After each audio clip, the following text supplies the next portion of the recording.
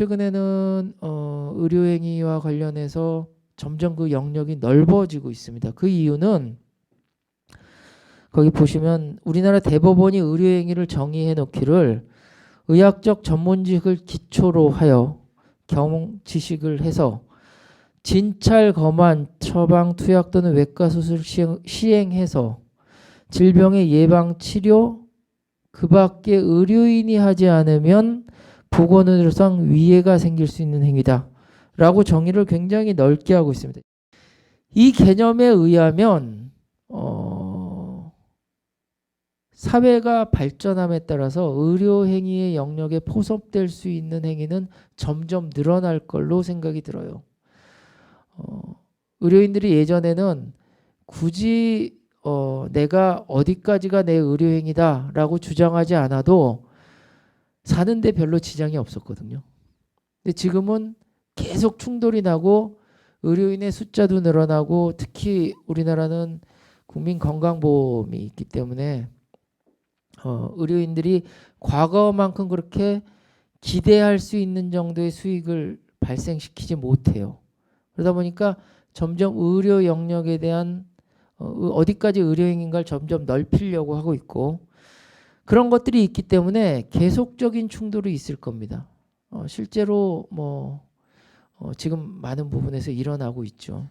그래서 이 부분이 앞으로 계속 문제가 될 걸로 보이는 부분이고요. 그렇게 된다면 결국은 핵심은 어디까지가 사회적으로 일반인들이 그냥 보통의 사람들이 할 수 있어도 그 정도의 위험은 우리가 감수하겠다라는 정도 납득할 것인가 라는 것입니다. 그 다음에 의료행위 자체가 자연과학과는 몇 가지 특성이 있다는 거죠. 첫 번째는 환자가 다 개별적으로 다르기 때문에 사람이 다 다르거든요. 그 얘기는 동일한 질병이라고 해도 그러니까 우리가 질병명을 카테고리로 나누지만 그 질병을 앓고 있는 환자의 증상들은 다 다를 수 있다는 거죠. 치료 방법도 동일한 치료 방법을 해도 어떤 사람마다 다 다른 결과가 발생할 수 있고 부작용이 발생한다는 거예요. 그래서 그 의료행위가 타당하냐 여부를 판단하는 것은 의료행위가 실제로 시행된 시점. 그러니까 대개 분쟁이 일어나면 사후적으로 판단하죠. 윤리적 판단도 좀 비슷해요, 사실은. 사전적으로 어떤 행위가 올바를까 아닐까를 판단하는 게 가장 좋은데, 그러니까 이런 행위가 있다. 그럼 이 행위는 어떻게 하는 게 윤리적으로 연구가 올바르게 가는 거다. 이걸 판단하는 게 가장 좋죠. 근데 그런 경우는 사실 많지 않고 문제가 발생했을 때 판단하는 게 훨씬 많거든요. 근데 그때 오류가 뭐냐? 문제가 발생한 다음에 알려진 사실, 행위 시점에 알려지지 않은 사실인데 문제가 발생한 다음에 알려진 사실, 그 사실이 이러하니까 너는 잘못했다 라고 주장하는 건 사실은 불가능한 걸 주장하는 거죠. 그러니까 법적 판단은 왜 행위시를 그렇게 중시하냐? 법적 판단은 법적 판단의 결과에 따른 책임이 따르기 때문이거든요. 손해배상 책임이 됐건 형사처벌이 됐건. 근데 윤리적 판단의 책임은 가장 큰 게 비난일 텐데 그 비난을 행위시에 알려지지 않았던 걸 근거로 비난할 수 있느냐? 앞으로 잘하자는 거와 달리 그 부분은 좀 더 생각을 해야 될 문제라는 것이죠. 그래서 행위 시점에 언제나 그 알려진 지식과 경험을 가지고 판단을 하는 것이 옳지 않은가. 두 번째는 의료행위는 언제나 위험이 있다는 겁니다. 아주 사소한 의료행위라도 병원에서 감기약 처방받았는데 사망했다. 있을 수 있는 일이에요. 그런 경우에 사전적으로 다 검사를 했음에도 불구하고 그런 일이 발생한다면 그걸 책임을 지을 수 있느냐에 문제가 발생하거든요. 굉장히 사소해 보이는 의료행위라고 할지라도 의료행위는 신체에 대해서 뭔가를 하는 거기 때문에 항상 위험이 있다는 거예요. 그래서 의료행위와 관련해서 법적으로 판단할 때는 설령 의사가 잘못이 있다 해도 100% 다 잘못을 그러니까 손해배상에서 100%를 다 책임지게 하는 경우는 굉장히 드물어요. 두 번째는 의료적 지식이 자체가 계속 변화하고 불완전하기 때문에 사람이 하는 행동이 예측되지 않는 결과를 발생한다면 그거는 그 행위자에게 책임질 수 없죠. 근데 의료행위가 바로 그런 점이라는 거예요.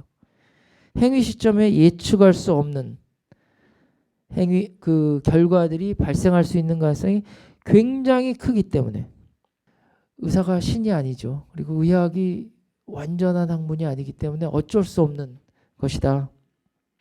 거기서 뭔가 의도적인 잘못이거나 과실, 뭔가 예측할 수 있었고 결과를 피할 수 있었는데도 불구하고 했다면 모르지만 그렇지 않은 경우는 방법이 별로 없어요.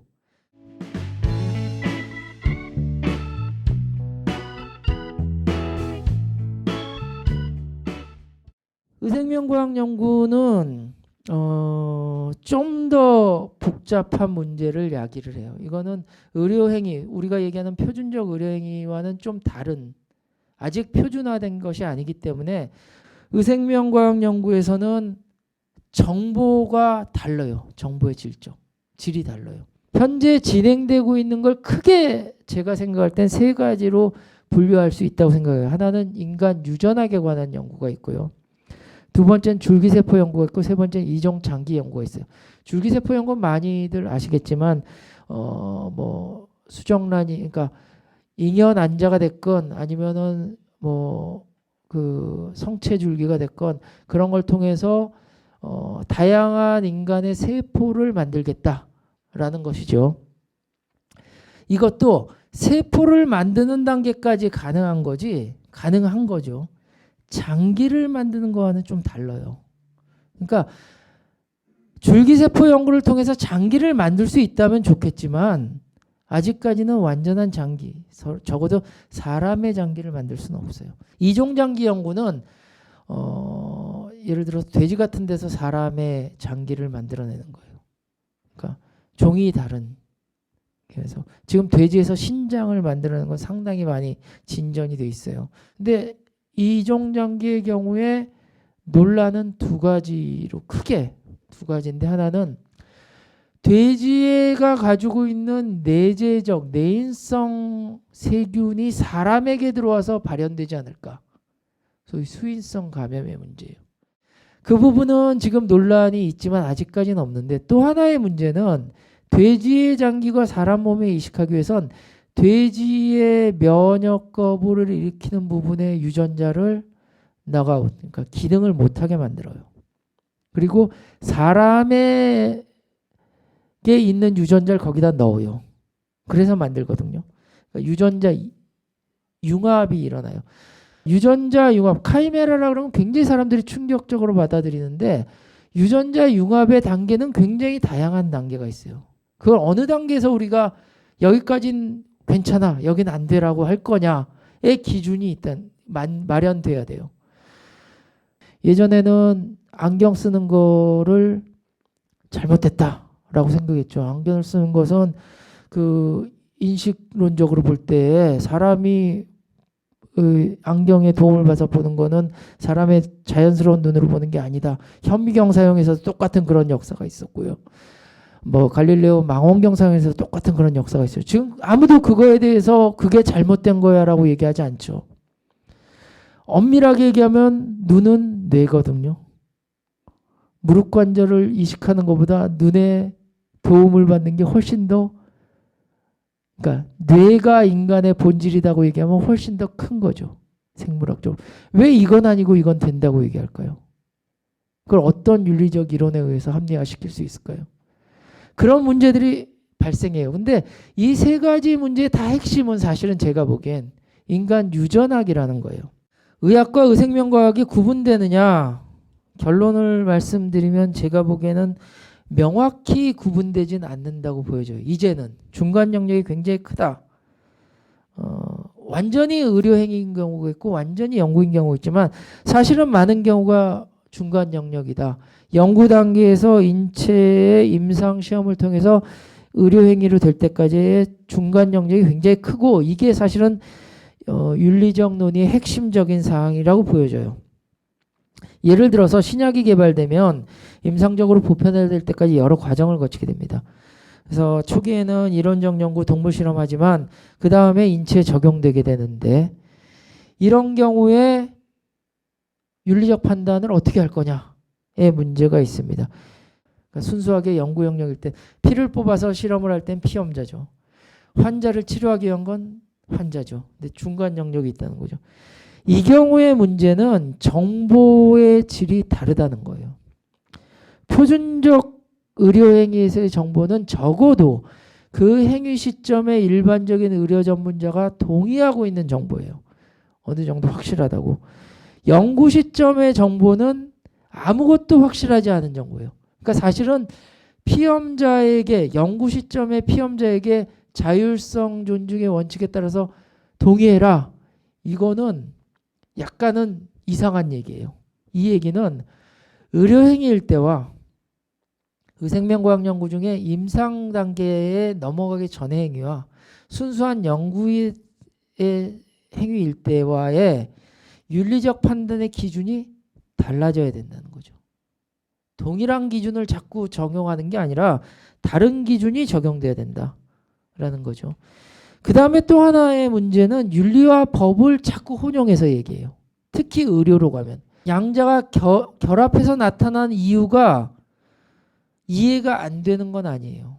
왜냐하면 어쨌든 규범적 판단이고 지금 새로이 일어나는 판단이기 때문에 초기 단계에서는 이걸 어떻게 평가하고 어디까지 허용할 것이냐의 논의가 항상 같이 나타난다는 거죠. 그럼에도 불구하고 양자는 다르게 고려돼야 된다는 거예요. 윤리적 판단에 있어서는 다양한 논의가 필요한 거예요. 그러니까 입법 이전의 윤리적 판단에서는 다양한 논의가 필요하다. 법적 판단은 일단 법이 결정되고 나면 하나의 기준만이 있어요. 윤리적 판단은 그렇지 않다는 거죠. 윤리적 판단이 법적 판단에 영향을 주는 건 제가 생각할 때 한 두 가지 정도라고 생각해요. 입법 단계에서 법을 만드는 단계에서 어떤 윤리적 원칙에 따라서 우리가 법을 만들 거냐. 이 경우에 윤리적 이론이 중요한 역할을 해요. 그러니까 다양한 윤리적 원칙이 있는데 윤리적 이론들이 있는데 이 중에 우리 사회에서는 어떤 윤리적 이론이 지금 필요하다. 그래서 그 이론에 따라서 우리 사회를 규율해야 되겠다. 두 번째는 해석할 때 윤리적 원칙이 작용을 한다는 거죠. 자율성 존중이라고 얘기를 한다면 자율성 존중이라는 것을 어떻게 해석할 거냐. 굉장히 주관주의적으로 해석할 거냐. 혹은 객관주의적으로 해석할 거냐. 그래서 윤리가 단일하냐라는 문제로 가면 사실 역사적으로 볼 때 단일하지 않다는 거예요.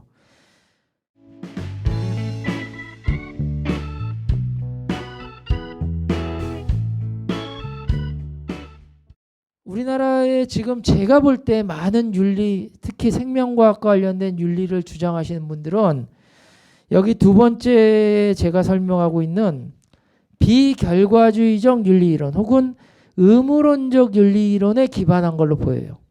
인간은 존엄하다. 그리고 많은 경우에 칸트적 이론에 기반한 걸로 보여져요. 그러니까 실제 의료윤리나 생명윤리를 하시는 분들은 원칙주의라는 거를 설명을 하는데 원칙주의라는 건 제가 볼 땐 단일한 이론이 아니고 역사적으로 주장되었던 의료행위와 관련된 많은 원칙들을 정리해 놓은 거예요. 원칙주의라는 것은 하나의 이론이라기보다는 여러 가지를 주장하는 건데 그 밑에 의료윤리의 네 원칙이라는 게 주장되고 있어요. 70년대에 나왔지만 79년도에 차일드레스라는 사람이 이제 정리를 한 거예요. 그래서 네 가지 원칙을 주장해요. 첫 번째가 악행 금지의 원칙이에요. 환자를 돕는 거지 환자에게 해악을 주지 말아라 라는 거죠. 이 관점에 의하면 환자에게 거짓말을 하는 게 허용이 돼요. 환자에게 진실을 말했다가 환자의 치료에 부작용이 날 수 있다면 거짓말을 하는 거예요. 1900년대 초반까지 의료윤리 교과서나 법학책에 그렇게 실제로 써 있어요. 두 번째는 선행의 원칙인데 저는 이게 윤리 원칙이라고 생각하지 않는데 저는 굉장히 그 개인적 자유주의적 관점에 있기 때문에 선행의 원칙이 윤리원칙이라고 생각하지 않아요. 근데 공동체주의적 관점에서 선행의 원칙이 굉장히 중요해요. 이게 무슨 얘기냐면 소위 선한 사마리안법이라는 거죠. 남들에게 좋은 행위를 적극적으로 해줘야 될 의무가 있다는 거예요. 악행금지 원칙의 상당 부분은 포함이 되는데 이게 반대냐 독립적인 원칙이냐에 대해서는 논란이 있어요. 근데 최근에는 많이 독립적 원칙이라고들 얘기를 하고 있어요. 근데 사실은 악행금지 원칙과 명확하게 구분가지는 않는데 저는 입장이 타인에게 해를 주지 않는 한 그게 악행금지죠. 그 사람의 가치에 따라 살아가는 것이 올바른 것이다라는 입장이기 때문에 선행, 적극적으로 타인을 도와줘야 될 의무는 발생하지 않는다. 물론 저도 그 상황이 오면 도와주겠죠. 그러나 그게 나의 의무는 아니라는 거예요. 그건 내가 하고 싶어서 하는 거지. 세 번째는 자율성 존중의 원칙. 이게 뭐 최근에 많이 얘기하는 거고 소위 informed consent, 충분한 설명에 근거한 동의라는 거예요. 정의의 원칙은 의료 자원의 배분과 관련된 문제인데 어떻게 적절하게 부족한 자원을 배분할 거냐. 이것도 쉬운 문제는 아니에요. 그러니까 필요에 따라 배분해야 되느냐 아니면 그 사람의 업적, 성과에 따라서 자본주의 사회가 그런 거죠. 성과에 따라서 많은 걸 가져갈 수 있다. 성과와 무관하게 그 사람이 필요한 걸 많이 줘야 돼. 필요한 사람에게 줘야 된다라고 얘기를 하죠. 굉장히 다양한 소위 평등의 문제가 정의의 문제인데 다양한 이론들이 이것도 역사적으로 있어요. 무엇이 타당한 거냐 이것도 사실은 사회 상황에 따라 달라진다는 거예요. 거시적 관점에서 보면은 보건의료 예산을 어떻게 분배할 거냐. 미시적 관점에서 보면 구체적인 환자 중에 누구를 치료해야 되냐. 이 문제예요. 예를 들어서 장기식의 순위를 정할 때 뭐에 따라 정해야 되나요? 지금 장기가 있어요. 이 장기가 하나를 이식해야 되는데 여러 환자가 있어요. 당장 죽을 사람에게 장기를 이식하는 게 맞나요? 비교적 건강한 젊은 사람에게 이식하는 게 맞나요? 돈이 많은 사람에게 이식하는 게 맞나요? 뭐가 맞나요? 순서가 먼저인 사람에게 이식하는 게 맞나요? 추첨을 통해서 이식하는 게 맞나요? 다 각각의 논리가 있죠. 정의 원칙이라고 얘기하지만 하나가 아니라 굉장히 다양하다는 거예요. 그러니까 네 가지 원칙도 사실 안으로 들어가 보면 굉장히 다양한 원칙들이 있다는 거예요. 그래서 실제 문제를 해결할 수 있느냐가 문제죠. 의료 윤리라는 것은 문제를 해결하는 거니까. 결론적으로 보면 윤리적 판단과 과학적 판단이 구분된다고 생각돼 왔는데 저는 이게 명확히 구분된다고 생각하지 않습니다. 우선 윤리적 판단을 포함한 규범적 판단은 대상에 대해서 어떤 기준을 가지고 옳고 그름을 판단하는 것이기 때문에 대상에 대한 이해가 전제돼야 되고 그리고 판단할 때의 기준이 명확해야 된다는 것입니다. 그러니까 내가 무엇에 대해서 윤리적으로 옳다 그러다고 얘기할 때는 그 사람이 그 주장을 할 때 두 가지가 있어야 된다는 거예요. 하나는 그 대상이 뭐냐라는 걸 명확히 설명해라. 두 번째는 나는 많은 윤리적 이론 중에 어떤 입장이다 라는 걸 얘기를 해야 된다는 것이죠. 그 얘기는 과학적 사실에 대한 이해가 전제되어야 되고 또한 윤리적 이론도 어떤 것이라는 걸 내가 분명하게 결정해야 된다는 것입니다. 그런데 생명윤리, 생명의료윤리에서는 대상이 변화하고 있기 때문에 기존의 윤리적 판단과는 다른 문제가 발생한다 라는 겁니다. 그래서 가장 바람직한 것은 개별적인 사람들이 자기의 주장을 통해서 그 주장이 논리적인 소위 논리적인 절차에 따라서 결합이 돼서 하나의 결론을 이끌어내는 방식으로 갈 수밖에 없지 않느냐. 우리가 절대적 윤리관을 주장하지 않는 한은 그렇게 생각합니다. 예, 이상입니다.